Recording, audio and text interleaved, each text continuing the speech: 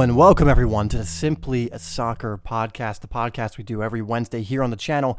I've had a recommendation to put some of these on SoundCloud, so I will be getting to that, but we definitely will still have them on the channel every single Wednesday. So I think we're on our fourth podcast or something right now, and I have a few really good questions this week. A few of the other weeks, I only had one or two really good questions. This week, I have quite a few good questions, so I might not be able to get to them all, but I'll definitely want to cover some of these later if I don't cover them today. For those of you who are new, again, we do this every Wednesday where you get to ask me your questions and I will answer them to the best of my ability in a podcast, which is in much more depth than in a regular short video, which allows me to answer your question much more thoroughly. So if you have a question you want answered really badly and you just can't find the information needed out there to, solve this problem, then just simply leave me a question down below in the comment section and I might choose your question. Don't get downhearted if I don't choose your question. Keep asking questions because, chances are that I will select your question at some point. So that's my brief introduction. Remember, just to leave your comments down below and hopefully I will get to your question. I know I'm forgetting something else, but oh well, let's move on. Let's get into the first question. So I have a few good ones here, and the first one I'm going to answer is essentially what they asked was, when should I dribble the ball, or when should I use my skills, and when shouldn't I? So I think like the what was behind the question, the player was asking, how do I skill players without overdoing it? Now, this is an interesting question because I'm a big advocator, or I advocate players using flair. I love it when players show their skill. I love it when players take other players on. But there definitely is a point where you're overdoing it and where you're going to, lose the ball. Overdoing it is when you try and take like 3, 4, 5, 6 players on. And there are players who do this.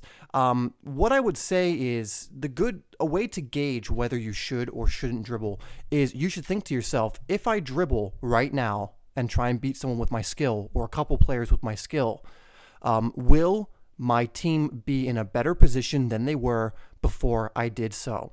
So what I mean is, if you do that skill, will your team now be closer to scoring or be in a better position than if you had just passed it or done something else? And this is why I always advocate players dribbling and, expressing some flair. Because there are too many players who have the skill to beat players one-on-one, who have the ability to do so, who just don't because they're afraid of losing the ball, they're afraid of making a mistake, they're afraid of their teammates and coaches, yelling at them, and they don't do what they know they should be doing, which is in some instances dribbling a player one-on-one. People seem to think that dribbling is a selfish skill to do, and I disagree completely. If you dribble and beat a player and then put in a cross and your team scores from it, is that being selfish? No, your team just scored. No, as long as you're dribbling for the sake of helping your team, you're not being selfish. So don't worry about that. There gets to a point where you're trying to show off and you are trying to beat 4 or 5 players. And sometimes in practice, that's fine. Or when you're with your mates, when you're with your friends, do that. That's, it's a part of the game. It's fun. I will do that when I would play with my friends after school every day. That's all we would do. We would just try and beat each other one-on-one all the time because it's a fun thing to do. But in games, you have to think, if I dribble right now, will it benefit my team? And if the answer is yes, go for it. Because guess what? If you have a one-on-one situation on the wing, let's say you're near the sideline and you're a winger and you have a one-on-one situation with an opponent who's in front of you and there's a ton of space behind him or her, and your other option is to turn around and pass it back to your fullback, then I say go for it. Because if you beat that person, you are running into space and you're going to have many more options than the safe route. And if you lose the ball in that situation, it isn't the end of the world. The only place you really shouldn't be dribbling is your final third, your defensive third. You should avoid dribbling there unless you absolutely have to. But when you're in the opposition's final third and there isn't really a chance of them countering if they win the ball off you, then there's always the option of dribbling. So what I would say to this is you have to get used to determining which situations are okay to dribble in and which are not. So let's go over it again. In your defensive third, 99% of the time, it's not okay, okay? When you're in the middle of the park, if there is an opportunity for you to give your team an advantage by dribbling, go for it. If you're on the wing, go for it. If you're one-on-one, okay, here's one thing that really annoys me. If you're one-on-one with the last defender of the opposition's team, and there isn't a teammate of yours wide open for a through ball that will put them one-on-one with the keeper, then take the man on. This is especially coming from someone, or coming from myself, who is someone who loves to take players on. I love to score goals. That's what I would, that's why when I was playing college, that's what I would do. I love to score. I love to beat people one-on-one. As someone who likes to do that, one of the most frustrating things I see when I watch games, when I see players play at youth level or up, is when they have the last defender isolated and they don't take him on. You should always be taking that last defender on. If you find yourself in a position to take the last defender on, and one of your teammates is not in a better position, and when I mean better position, I don't mean out on the wing. I mean literally, if you pass them the ball, they will be one-on-one with the keeper. If that isn't the case, take that man on, because if you beat him, you're one-on-one with the keeper, and you're going to potentially score. Okay, so I'm going to leave it at that. Just remember what I said about that. You probably, a lot of you are not dribbling as much as you can, but remember, this is like anything in soccer. It's very nuanced. It's very situational. It's very, specific to whatever situation you find yourself in. Okay, but there are definitely situations where you should be dribbling where a lot of players don't because they're scared. If you're not dribbling because you're scared to, then that probably means you should be dribbling in a lot of those cases. Okay, so that's something to look at. Let's move on to the next question. Another very good one. Someone asked me, how do you go from being great at futsal? For those of you who don't know what futsal, it's basically a five-a-side in a gym with a much smaller ball. It's very good at developing foot skills, and it's actually something that Brazilians in Brazil and a lot of South America, Argentina does it as well. I'm sure Uruguay and other countries do it as well, very prominently. But futsal is basically indoor soccer on a harder surface, like in a gymnasium with a smaller ball. Now, what futsal is great for doing, it really, really develops your dribbling ability. That's why it seems like every Brazilian player that comes to Europe is freaking amazing at dribbling the ball, right? So how do you go from futsal to 11v11? Well, I would say it's not that hard of a transition. The biggest thing to get used to is the amount of space you now have afforded to you. Because in futsal, you have no space. You have to be very quick, you have to have quick feet, and you have to play quickly because there's no space. So you don't have any room. You have to fashion the space for yourself. And this is why Brazilian players are able to beat other, beat defenders so easily, is because they're used to working in tight spaces. So I would say it's actually probably a lot easier to transition from futsal to 11v11 than it is to transition from 11v11 to futsal. So something to keep in mind. So what I would do for the player who asked me this is just watch a lot of 11v11 games, do some fun games 11v11, join some leagues, some teams that are playing 11v11, so you can get used to the amount of space that you have afforded to you. Because the biggest thing that is going to affect you is you might not know what runs to make. You might not have a great positional sense at first, simply because you're not used to covering those areas of the pitch because you've played futsal.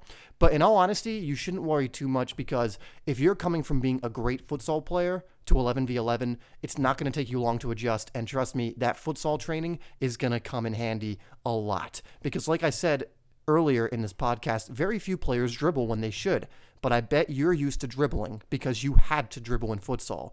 So you're going to see yourself playing very well eventually in 11v11. So again, the things you want to look out for is making sure that you are finding the right space, that you're getting used to the pitch because it's bigger. You're going to have more room afforded to you. That means sometimes you're going to want to relax on the ball a little more because you might think there's a defender coming down on you right away when they're necessarily not. You're going to have to learn to make certain runs that you would not have had to make as much in futsal and things of that nature. So, but honestly, I think you'll be okay, because going to futsal to 11v11 is probably a little easier than the opposite. The only other thing that might get in the way is fitness, but as long as your fitness is good, then you won't have to worry about it, simply because there's more running in 11v11 because you have more space to close down. Okay, so that's the answer to that question. Very good question, though. I'm liking these questions today, guys. Keep these very good questions coming. Those first two questions are excellent because they're ones that not many people think of. They're ones that not only not many people think of, but are very important and probably aren't that easy to find information on. So very good questions there. Let's see what we have next. And next we have how to get a hold of college coaches. Another excellent question. I'm assuming a lot of you are in high school and almost of college age. And it's very important if you want to play college soccer to start contacting coaches early. Now, the thing about this is you have to be proactive. Something I didn't do very well when looking at colleges is I was not very proactive. I did not contact any college coaches, and that was not something I should have done. I relied on the camps I went to. I relied on coaches just seeing me playing, and I happened to luck out because I ended up going to play in college. But if you want to get ahead of the game and be proactive, do not be shy. Contact coaches, tell them your club team, tell them your high school team, tell them what tournaments you're playing in.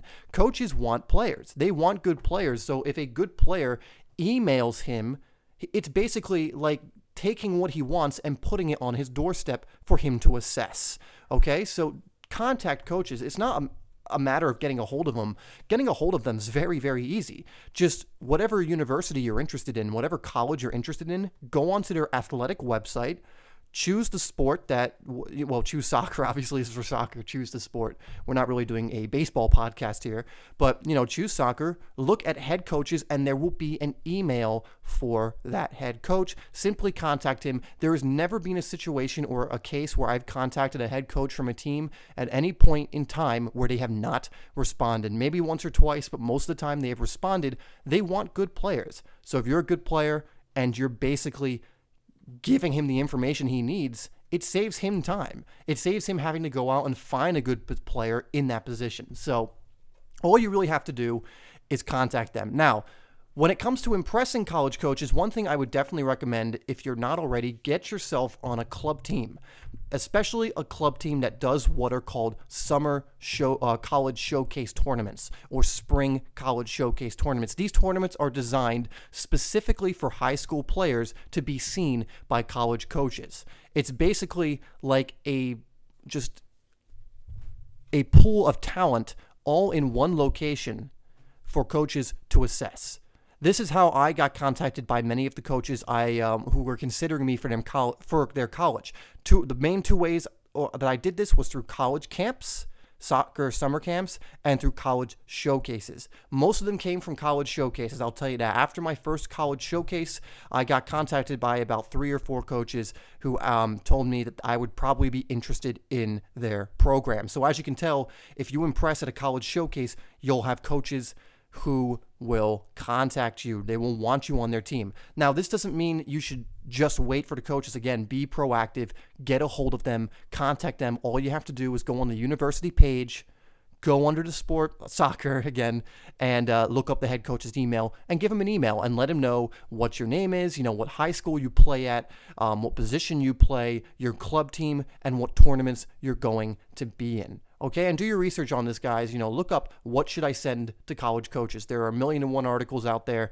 that will tell you exactly what you should be sending them. Okay, again, very good question, because I'm assuming a lot of you are at the age where you're thinking about playing college soccer, and honestly, I highly recommend you do. It is a great time. You will get so much better through playing college soccer, and the competition is real. It's serious. It's good competition, and it's great to play in college. So if that's something you're aspiring to do, definitely be proactive in doing that. Okay?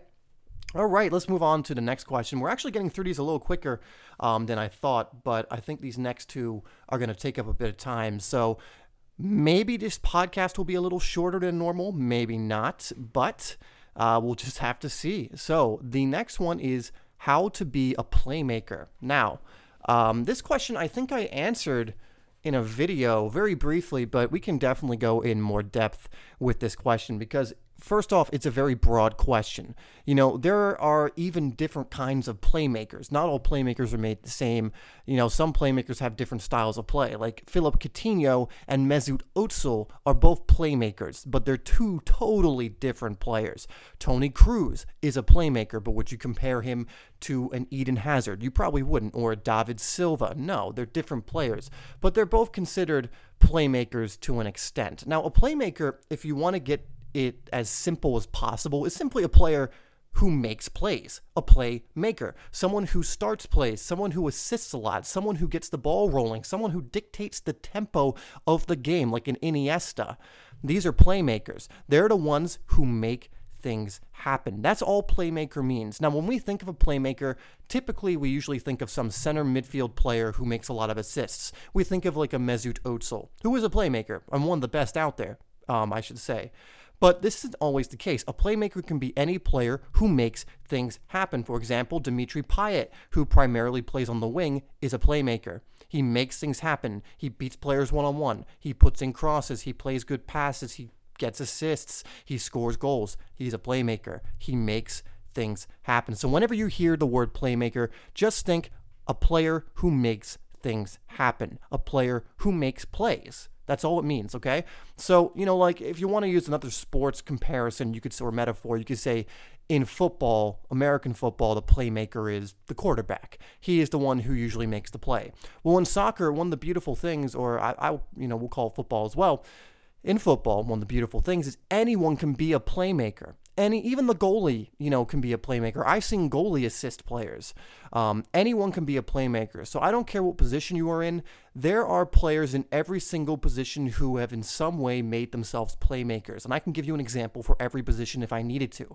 You can look at Philipp Lahm, who is certainly a playmaker for Bayern Munich. Mats Hummels, who is certainly someone who can be a playmaker for Dortmund. And the list can go on and on. Obviously, there are obvious examples for center mid, obvious examples for winger, center attacking mid, and striker of players who can be playmakers. So now the question really is, how do you be more of a playmaker? Well, first things first, you need to get more involved in the game.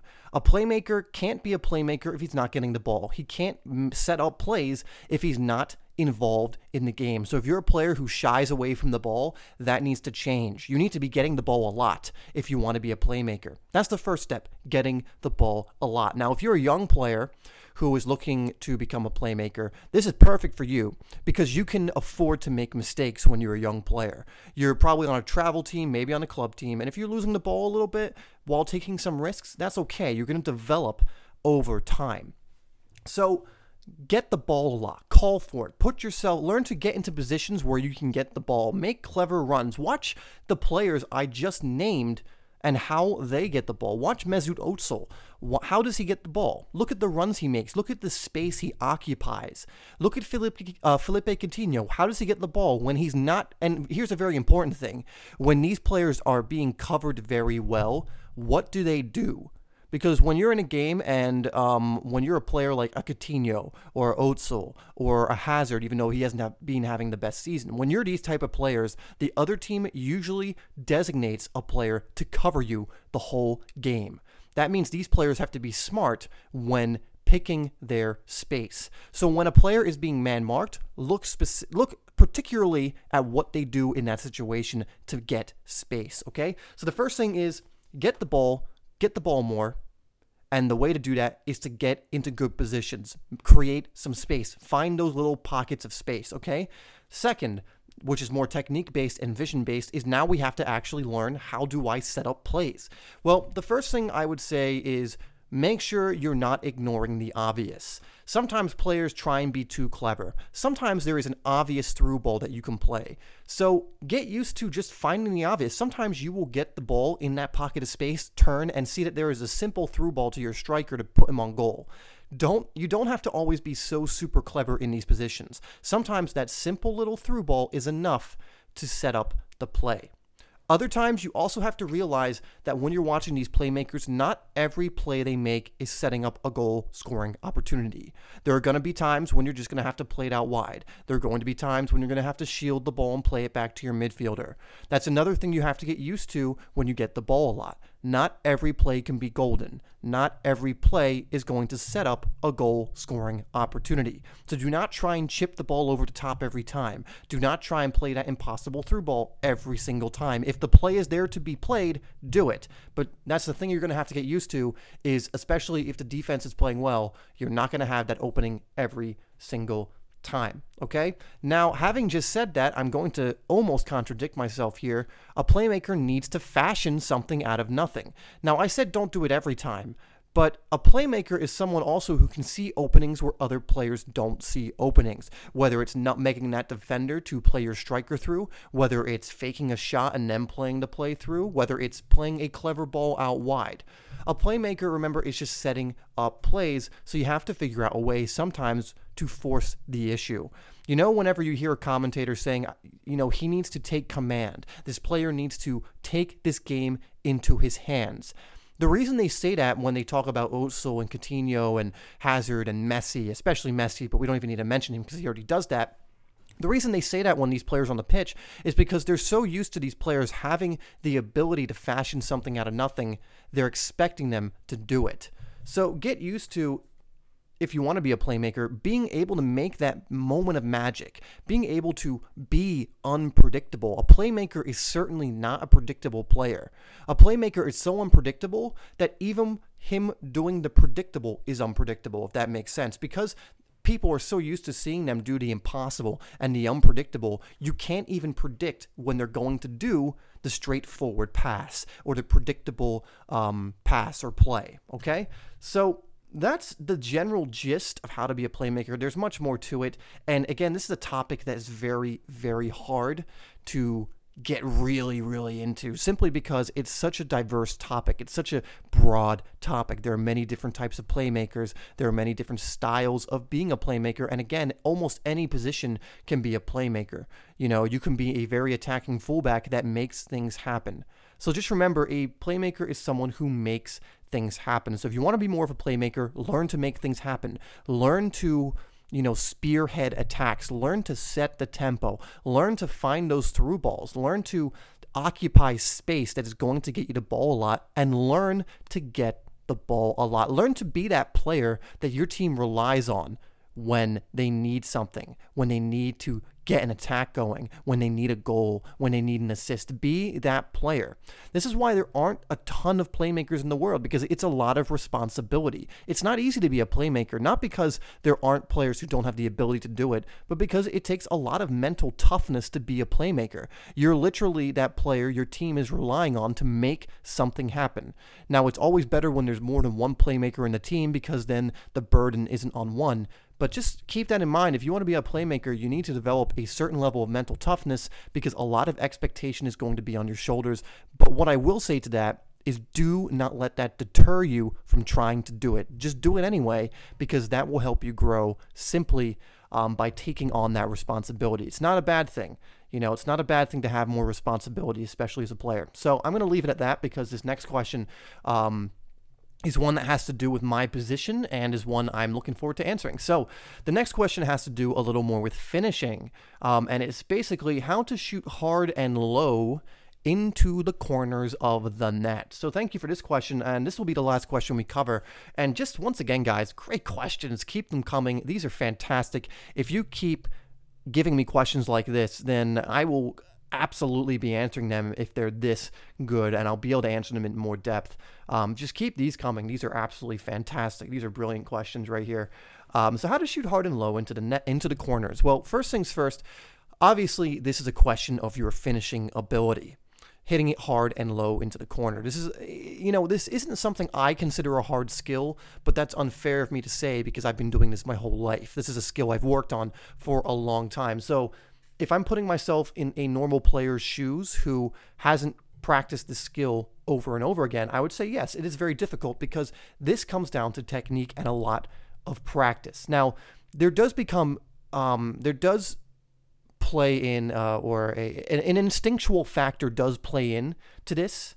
But if you practice over and over again, hitting the ball into the corner in practice, repetitively, you will learn to adjust your instincts to what you need them to be.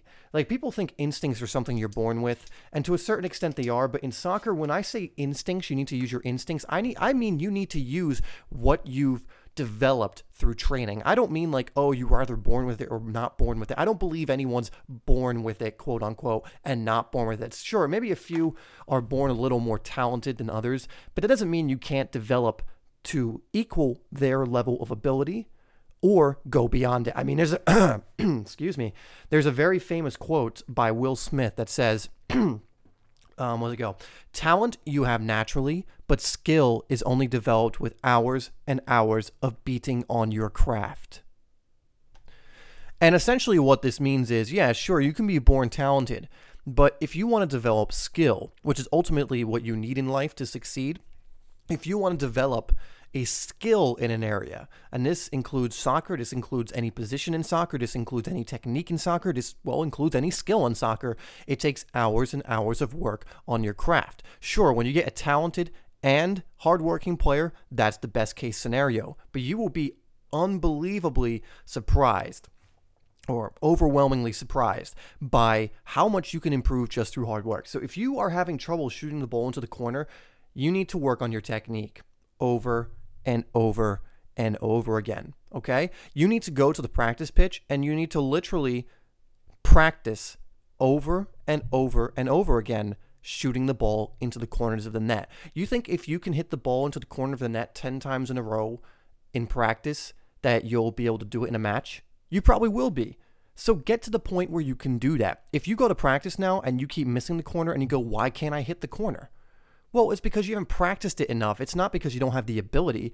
Well, you don't have the ability yet, but it's not that you weren't born with the ability to do it. It's just that you haven't practiced enough to have earned that ability. You have to earn it, okay? So if you really want to shoot hard and low into the corners, and I definitely recommend learning to do this because I've scored a million and one goals just through hitting it hard and low into the corners, then go out and practice it. Work on your technique. Work on side footing it into the corner and work on putting it into the corner with your laces as well. Both are beneficial. Now, this is a podcast, so I can't really show you the technique and how to do this. This is more of a visual, like as far as contact goes and technique goes, this is a very visual thing, isn't it? And I'm just speaking to you here. I can only kind of describe how you're supposed to do this, but just take it from me, do your homework on this, do your research, guys. I mean, don't be satisfied with half-assing it. Don't be satisfied with just acquiring a little bit of information. Completely immerse yourself in this if you want to learn it. I mean, if you want to learn how to knuckleball, for example, how do you think you learn that? Well, first you need to learn what the technique looks like. So research some articles on it. Look at some photos of what your foot's supposed to look like. Watch some videos of people who can do it and examine how they're doing it. Look at their body. Look at every single little detail. Immerse yourself in learning that technique and then try and replicate it on the pitch. And you won't get it right away, but you will after doing it over and over again. And guess what? It's going to be that much more satisfying and fulfilling once you get it because you put in all that work. Okay, so this is going to come down to it. If you want to be able to shoot hard and low into the corners of the net, you need to work at it. You need to do your research. You need to learn how to do it. And guys, I will be creating videos on shooting soon. The only reason I haven't is because where I live, for some reason, they put the nets away until the season starts, and the season has not started yet. So there are turf fields near me with no nets, which is very frustrating for me. So, and for you probably, because I'm not releasing shooting videos. But when those nets are bloody well up, we'll have more shooting videos. I'll show you how to finish. I'll show you how to take a free kick. I may even show you how to knuckleball, although I might have to practice that one a little bit because I haven't done those in a while. But I'll get into those. But for now, guys, don't be hopeless. Don't be helpless. There are plenty of resources out there that you can look up and that you can find that are going to tell you how to do these things, okay? I'm not too concerned whether you're watching my videos and they're helping you or someone else's. The important thing is that you're improving and that you're looking for those sources that are, or resources that are going to help you, okay? So that's, I guess I really didn't explain how to shoot hard and low that much, but I explained how you can find the information. And I will try and create a video on this sometime in the future when I can get to a field with a net, which, one of the things I really don't like about being in America is not as many soccer fields as you want, at least not where I am. So, guys, we're getting to the end of this podcast, so let me just kind of recap the how to shoot hard and low. Practice, practice, practice, technique, technique, technique, research, research, research. I mean, that is really the magic formula. It's simple, I know, but you now know how to do it. Just got to put in the hard work and the effort. Make sure you practice it, commit it to muscle memory, make it so that you can hit that corner of the net hard and low 10 times in a row or close to 10 times in a row. Then when it comes to game time, it'll just be routine and you'll score. And even when you don't remember, don't get down on yourself. Pick yourself up and get it next time. Okay, guys, so we're coming to the end of our podcast. I think, is this number 4, number 5? I don't know. I've lost track, but obviously doesn't really matter. We're on to, I think, number 4. So anyway, guys, these have been the questions. Again, fantastic questions that you guys have asked me today.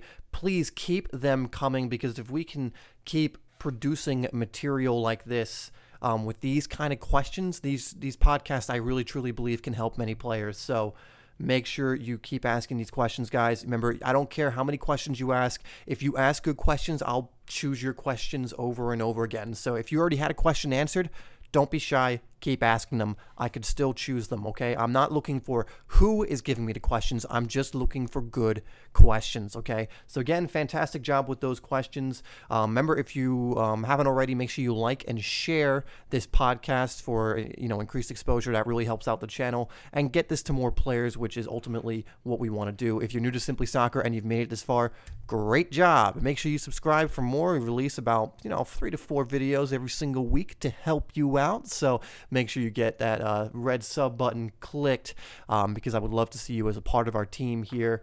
And if you made it to the end, we got to do our little hashtaggy thing. So what should we make it? You know what? Do hashtaggy thing just to mix it up, and because I think that's funny. Okay, so if you made it to the end, hashtaggy thing. For the people who didn't make it to the end, they're going to be very confused, but that makes it even funnier. So guys, thank you once again. Remember to hashtaggy thing or something close to that. And remember, if you made it to the end and you put that hashtag in the comments, it is more likely that I'll answer your question if it's a good one. I will prioritize the questions of the people who are actually listening these podcasts or listening to these podcasts all the way to the end, because I want to answer the questions of the people who truly are listening to these and want to improve. Okay, guys? So thank you once again. I'm very grateful to you for all your questions, for listening all the way to the end. Remember to do all those things I mentioned earlier. I won't repeat them, and I'll see you in the next podcast.